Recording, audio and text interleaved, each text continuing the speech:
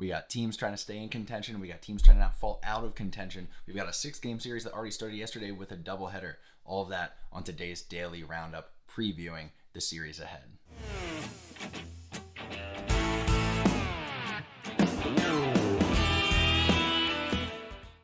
Welcome back to ALPB Roundup. I'm Ryan. I'm here coming at you after a few days off. Had some drinks, played some cornhole, watched some racing, cars going in circles, cars going in squiggly circles. It was a good time. But we're back and I'm happy to be talking Atlantic League baseball. We got a big week of games ahead of us, so we're going to jump right in with the South Division leading High Point Rockers. They're taking on Charleston this week in High Point.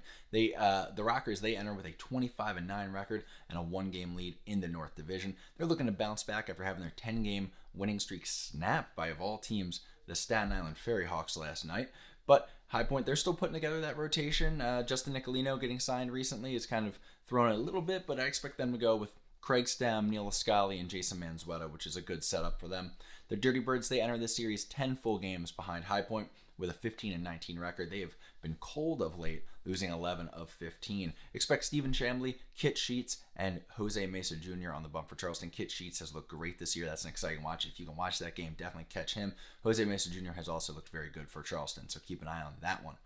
So far this season, High Point has taken 5 of 8 from Charleston, including 2 games last week. However, as I said, Charleston's bringing probably their best arms to the bump, so it's going to be a good one. For this series, the Rockers do have, according to the probability chart, a 40% chance to take 2 out of 3 and a 15% chance to sweep. Meanwhile, the Dirty Birds have a 35% chance to take 2 out of 3 and a 10% chance to sweep. Moving right along to the team sitting 1 game behind High Point, the Gastonia Honey Hunters. They will welcome Long Island this week. A lot was made of Gastonia's recent offensive struggles, but, they seem to straighten it out. 4 straight games, beating the Ducks. Now they're going to try to make it 7. But over those 4 games, they scored 24 runs, sweeping the Ducks. That's a really good bounce-back series for Gastonia on the bump and in the batter's box. So that's good to see for them, getting things straightened out so they can make a good push on High Point. Now, the Ducks, they look to bounce back. They've slid to 14-19. They were a game below 500, and then they got punked for 4 in a row by Gastonia just this weekend. So at 14-19, they're 10.5 games behind the Blue Crabs in the North.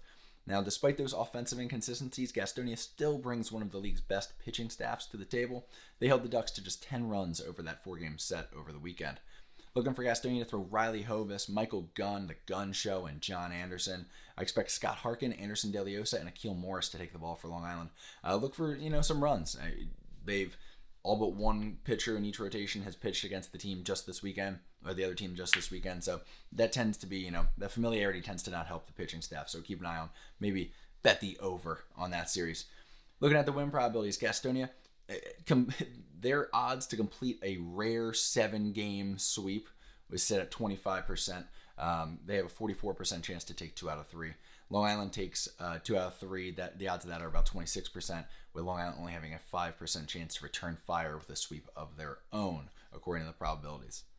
Moving right along into York, where the Revolution welcomed the North Division leading Blue Crabs to the party. Southern Maryland seems to be bouncing back from a weird stretch where they did lose 5 out of 6 games, but they have now won 2 in a row, maintaining their 9-game lead over the Barnstormers in the North.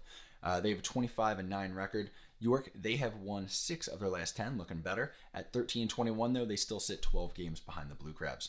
Both offenses come in pretty evenly, actually, but Southern Maryland brings a top 3 pitching staff, while the Rebs bring in a bottom 3 pitching staff. Look for that probably to be the key in this series. Look for Alex Sanabia, Mirandy Gonzalez, and Jorge Martinez to start for York. I expect to see Darryl Thompson, Denson Hull, and Mitch Lamson on the bump for the Blue Crabs. This will be Southern Maryland and York's first meeting in the season. With that said, the win probabilities are about as even as you can get, actually, all things considered. Blue Crabs have a 38% chance to take 2 out of 3. The Rebs have a 37% chance to take 2 out of 3. Blue Crabs, 13% chance to sweep. Revolution, 12% chance to sweep. So just separated by about that much. York is bringing in probably their best pitching combo they can bring in right now. Mitch Lamson and Darryl Thompson both stumble at times, so Blue Crabs, that's kind of floating those odds more in the Rebs' favor than they might otherwise be. Moving on to Staten Island, where they welcome the Barnstormers after stealing a win from High Point on yesterday. Stealing a game against High Point to avoid a 4-game sweep. Staten Island at 7-26 is still entering with the league's worst record. They have dropped 13 of their last 15. Lancaster is second in the North at 16-18. They've been heating up, improving of late to 12-7 since their 4-11 start, combining that 16-18 record. Both pitching staffs are slightly below average, but the glaring difference right now is that Staten Island, their league offense, or their league worst offense, and it shows no signs of improving. I mean, it's not really a small sample. It was like, a slow start, but at this point, I don't think they're good. They scored 13 runs in 4 games this weekend, which sounds bad, but that was actually what they were projected to do. So, nailed it, by the way. But they are who we thought they were, kind of thing. Like, this is just who they are. Average 3.1 runs per game over the last 10 games, and over the course of the season, they're averaging 3.1 runs per game. So that's basically what you got with Staten Island. I'm not 100% confident in the projected starters for Staten Island, but I suspect it'll be Nick Carroll, Dakota Freeze, and Julio Teheran. For Lancaster, look for Cameron Gahn. Maybe someone like Oscar De La Cruz, Dom DeSabatino, or a new signing. They're looking to replace Brent Teller, who just got his contract purchased, which great for him, but Lancaster's got to fill that void somehow here. This will be the first ever meeting of these two teams. This one's another close one, especially with the FerryHawks bringing some of their better arms to the table and the Barnstormers kind of cobbling that rotation together right now. The Barnstormers have a 39% chance to win 2 out of 3 and a 14% chance to sweep. FerryHawks have a 36% chance to take 2 of 3 and an 11% chance to sweep.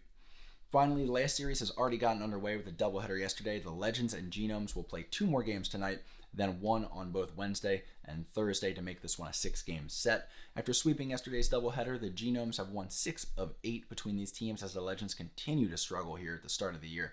While the Genomes have one of the league's worst pitching staffs, the Legends aren't much better, and both teams are about league average, which is very unfortunate, or offensively about league average. Unfortunately for the Legends, that's a problem because usually, the subpar pitching with the Legends, but their offense is solid and they can fall back on that. Not so far this year. The Genomes, they won yesterday 9-5 and 9-3. I won't get into the projected starters because they're doing back-to-back doubleheaders after a full week off, which don't get me started. It just makes it nearly impossible to project starting pitchers. So we'll hop right into the win probabilities here. It's a little more complicated with the 4-game set, so follow me. It's a 4% chance that the Legends manage to sweep the next 4 games. 11% chance that the Legends take 3 of 4. It's a 21% chance that the Genomes take 3 of 4, and a 9% chance that they manage a 6-game sweep here by taking the last 4 games. The odds of them splitting 2 and 2 is about 45%. So, according to the win probabilities, that's based on the projections on what they've done so far and what they got going coming up. That's what we're looking at. It's going to be a good week. It's going to be a lot of teams trying to stay in touch with leaders. A lot of leaders trying to stay solid. High Point trying to keep their momentum going. Southern Maryland trying to get back on it after that weird 6-game stretch. A couple teams trying to spoil what they have and start pulling themselves back up the standings. So it's going to be an interesting week to watch. Got some good pitchers on the bump. Got some hitters trying to keep offenses rolling, which they have been of late. So it's got some exciting baseball to watch in the Atlantic League. Stay here on Twitter, AOPB Roundup, Instagram, YouTube, all that, and we'll be talking about it all week long. I'm Ryan from AOPB Roundup. Y'all have a good one. I may not have a lot, but I love what I got. A 4x4 and a good fishing spot. I hope this time my card won't decline.